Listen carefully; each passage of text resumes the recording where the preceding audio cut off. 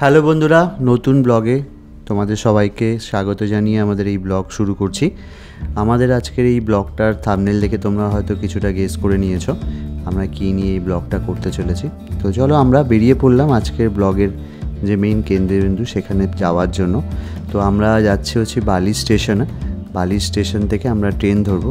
Basically আমরা বাংলা নববর্ষের আগে যে চড়ক হয়, ঠিক চড়কের অনুষ্ঠান কভার করার জন্য আমরা বেরিয়েছি। বালি স্টেশন পর্যন্ত আমরা গাড়িতে যাচ্ছি, তো মানে অবভিয়াসলি ক্যাবে। তো সেই ক্যাব থেকে নেমে আমরা বালি স্টেশন থেকে ট্রেন ধরবো আমাদের গন্তব্যে পৌঁছানোর জন্য। আমরা অলরেডি বালি স্টেশনে চলে এসেছি। আমার সাথে পূজা এসছে। পূজার এটা হয়তো দ্বিতীয়বার ট্রেনে চড়া, মানে লোকাল ট্রেনে। তো বালি স্টেশন থেকে আমরা ট্রেন ধরে যাব হচ্ছে বাগনাপাড়া বলে একটা জায়গা আছে, সেই জায়গাতে।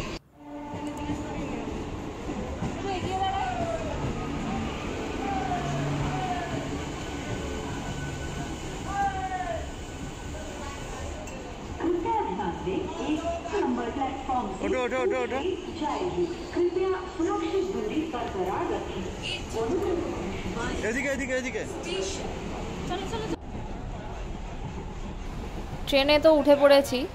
প্রথমবার আমি লোকাল ট্রেনে চড়লাম, না প্রথমবার বলা ভুল, দ্বিতীয়বার আমি চড়লাম লোকাল ট্রেনে।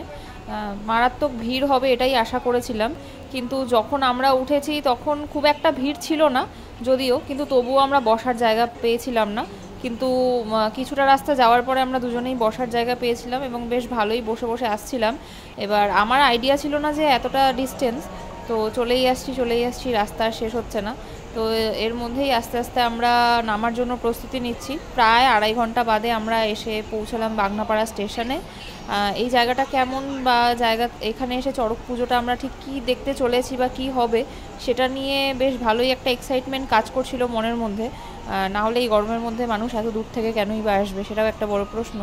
তো যাই হোক, এখানটাতে এই অবধি আস্তে আস্তে ট্রেনটা বেশ ফাঁকা হয়ে গেছিলো, তো আমরাও এখানে নেমে পড়লাম। এবার কোন দিকে যাব সেটাই হচ্ছে দেখা যাবে।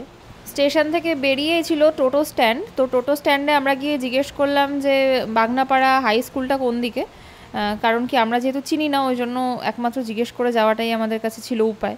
তো এখানে জিজ্ঞেস করার পরে বললো যে হ্যাঁ, এখান থেকে প্রত্যেক কটা টোটোই ওদিকেই যাচ্ছে। তো আরও অনেকেই এসেছিলো চড়ক দেখতে, আমরাও সেই টোটোয় চেপে পড়লাম। আমরা মোটামুটি এখানে পৌঁছেই গেছি। আর আসার পরেই যেটা দেখলাম যে এখানে চড়কের যে খুঁটি বা বাঁশ সেটা অলরেডি রেডি করা হয়ে গিয়েছে। এখানে রেডি করা চলছে, পুরোপুরি হয়নি, কিন্তু 90% এখানে হয়েই গেছিলো। আর আমি এখানে বিস্তারিত তোমাদেরকে যেটা বলার চড়ক পুজো সম্পর্কে বা বাগনাপাড়ার সম্পর্কে, সেটা হচ্ছে পশ্চিমবঙ্গের পূর্ব বর্ধমান জেলার একটা ছোট্ট গ্রাম হলো এই বাগনাপাড়া। তো এখানটাতে প্রতি বছর চৈত্র সংক্রান্তির দিনে এরকম চড়কের পুজো হয়। চড়ক পুজো আরও অন্যান্য অনেক জায়গাতেই হয়ে থাকে, কিন্তু এখানে স্পেশাল কিছু হয় বলেই আমরা এসেছিলাম। তো যাই হোক, তো এখানটাতে চড়ক পুজোর ইতিহাস এখানে বহু হাজার বছরের পুরনো। এখানে যে বিশাল বড় গর্তটা তোমরা দেখতে পাচ্ছ, এই গর্তটার মধ্যেই প্রথমে খুঁটি পোতা হবে। এই খুঁটিটাকে মানে খুব শুদ্ধ করে পুজো করে, মানে ভগবানকে আমরা যেরকমভাবে পুজো করি ঠিক সেরকমভাবেই পুজো করে এই খুঁটিটা এখানে পোতা হবে। এবং প্রথমেই যে বাঁশগুলো আমরা দেখলাম বাঁধছে, সেটাকে এই খুঁটির ওপরে ঝোলানো হবে। তো এই খুঁটি পোতারও প্রচুর রকমের নিয়ম আছে। এখানে প্রথমে পুজো করা হয়, তারপরে এখানে গর্ত খোঁড়া হয়। সেই গর্তে নেমে আবার মানে এতটাই ডিপ গর্ত এখানে খোঁড়া হয় যাতে এই খুঁটিটা যখন পুঁতবে সেটা যেন গোড়া থেকে একদম শক্ত হয় এবং কোনোরকমভাবেই যেন এটা মানে মিসপ্লেস না হয় বা ভেঙে বা কোনোরকমভাবে টেরে বেঁকে না যায়, কারণ এটার উপরেই সমস্ত কিছু আজকের পুজো নির্ভর করছে। তো এখানে একজনকে দেখা যাচ্ছে যিনি এই গর্তর ভেতরে ঢুকে এই গর্তটাকে আরও বেশি ডিপ করছেন। আর এই গর্ত খোঁড়ার পরে এটাকে পুজো করা হবে। পুজো করার প্রচুর রকমের নিয়ম আছে, তার মধ্যে আমরা যেটা দেখলাম এখানে যে এখানটাতে প্রথমে ডাবের জল দেওয়া হলো, ডাবের জল দিয়ে এই জায়গাটাকে শুদ্ধ করা হলো। তারপরে এই খুঁটিটাকে পুজো করা হলো, মানে রীতিমতো কোনো পুজোতে যেরকম ঠাকুরমশাই এনে মন্ত্র পড়ে যেরকম পুজো করা হয় ঠিক সেই রকমভাবেই পুজো করা হলো। তারপরে এখানে তোমাদেরকে বললামই ডাবের জল দিয়ে জায়গাটাকে পুরো শুদ্ধ করা হলো। তারপরে পুজো টুজো করার পরে সমস্ত কিছু নিয়ম এখানে হয়ে যাওয়ার পরে তারপরে লাস্টে আসছে এই খুঁটি পোতার নিয়ম।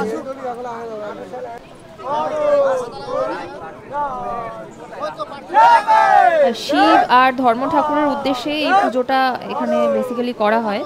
গ্রামের জীবনে এই নববর্ষের আগে এটা এক পবিত্র ত্যাগ আর শুদ্ধিকরণের রীতি বলে এখানে ওনারা বিশ্বাস করেন।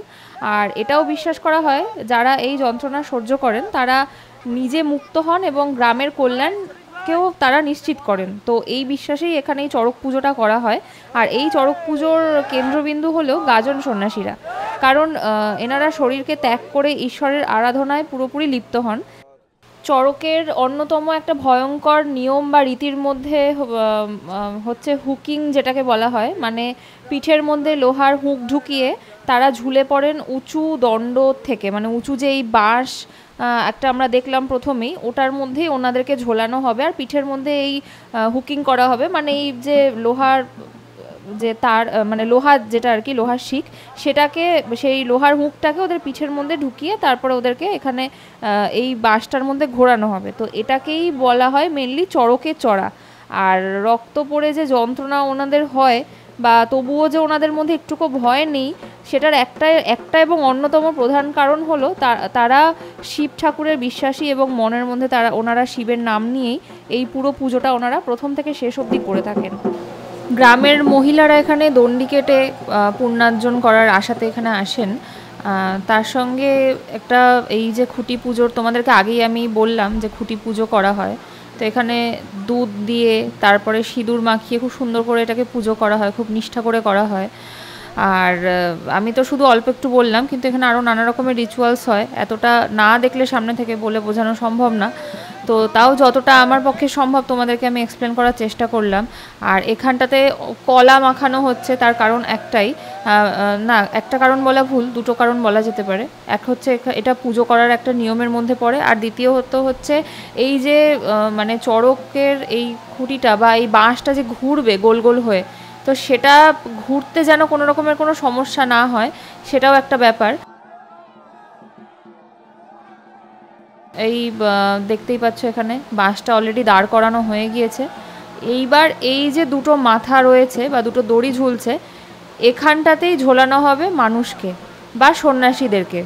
আর পিঠের মধ্যে হুক বেঁধে, যেটা আমি প্রথমেই তোমাদেরকে বললাম, তো সেইটার রিচুয়ালস এখানে অলরেডি শুরু করা হয়ে গিয়েছে। এটা দূর থেকে দেখতে যতটাই সহজ মনে হয়, কিন্তু কাছ থেকে দেখলে কতটা যে ব্যথা জড়িয়ে আছে সেটা ফিল করা যায়। আর শুধুমাত্র এই লোহার শিকগুলোকে যে গেঁথে দিচ্ছে তাই নয়, শিকগুলো যাতে দুই দিক থেকে মানে এটা যাতে ওজনটা বেড়ে যায়, তার জন্য আমি দেখেছি এখানটাতে ওই কিছু ফল এখানে আটকে দেয়। তার মধ্যে যেরকম আমি আমটাই দেখেছিলাম বিশেষত, তো তাতে করে জিনিসটা আরও বেশি ভারী হয়ে যায় আর তাতে হয়তো যন্ত্রণা আরও বেশি হয়।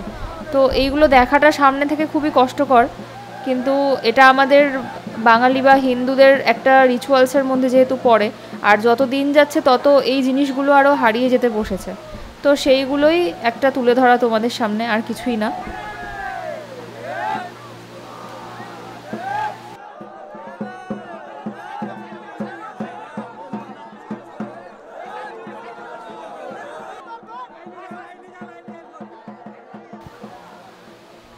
এখানটাতে পুরোটা পরিক্রমা করার পরে শুরু হবে আসল নিয়ম বা আসল রিচুয়ালস, যেটা হচ্ছে পিঠের মধ্যে এই শিকগুলোকে বা হুকগুলোকে গেঁথে দেওয়া।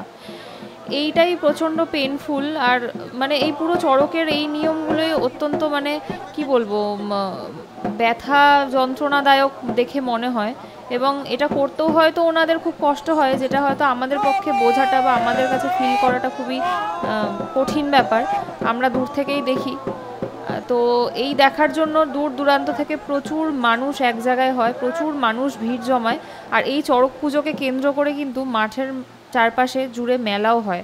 তো তোমরা দেখতেই পাচ্ছ অলরেডি এখানে ঘোরানো শুরু হয়ে গেছে। আর যেই সব সন্ন্যাসীরা এই বাঁশের মধ্যে তাদের পিঠে হুক গেঁথে নিয়ে ঘুরছেন, তো তাদেরকে ভগবানের পরের স্থানেই সেই সময়ের জন্য মনে করা হয়, এবং তারা মানে তারা যাদেরকে সেই সময়তে তারা আশীর্বাদ করেন, সেইটাকেও খুব পুণ্য হিসেবেই ধরা হয়। তো এখানটাতে কিছুই না, মানে ওনাদেরকে নিয়ে অলরেডি ঘোরানো হচ্ছে। আর শুধু দুইজনই না, এই দুজনকে নামিয়ে তারপর আরও দুজন, তারপরে তাদেরকে নামিয়ে আরও দুজন, মানে অল্টারনেটিভলি এখানে প্রায় অনেককেই এই পিঠে শিক গেঁথে এই বাঁশের মধ্যে ঘোরানো হয়। এটাই হলো চড়ক পুজোর মেন কেন্দ্র বা মেন আকর্ষণীয় একটা জিনিস বলা যেতে পারে। এই দেখতে দেখতে বিকাল পার করে সন্ধ্যা হয়ে আসলো, তো তখনও শেষ হয়নি আমাদের এই অনুষ্ঠানগুলো। তো আমরা মেলাটা একটু ঘুরলাম, জিলিপি কিনলাম যেরকম হয়। তো আমাদেরও বাড়ি ফেরার পালা ছিল, ট্রেন ধরার পালা ছিল। ট্রেন ধরার জন্য আমরা আস্তে আস্তে স্টেশনের দিকে গেলাম।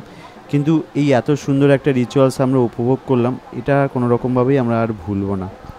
নেক্সট আমাদের আরও অনেক ভালো ভালো সুন্দর জায়গার বিবরণ নিয়ে ভিডিও আসতে চলেছে। বন্ধুরা, তোমরা আমাদের সাথে অবশ্যই থেকো আগামী ভিডিওগুলো দেখার জন্য।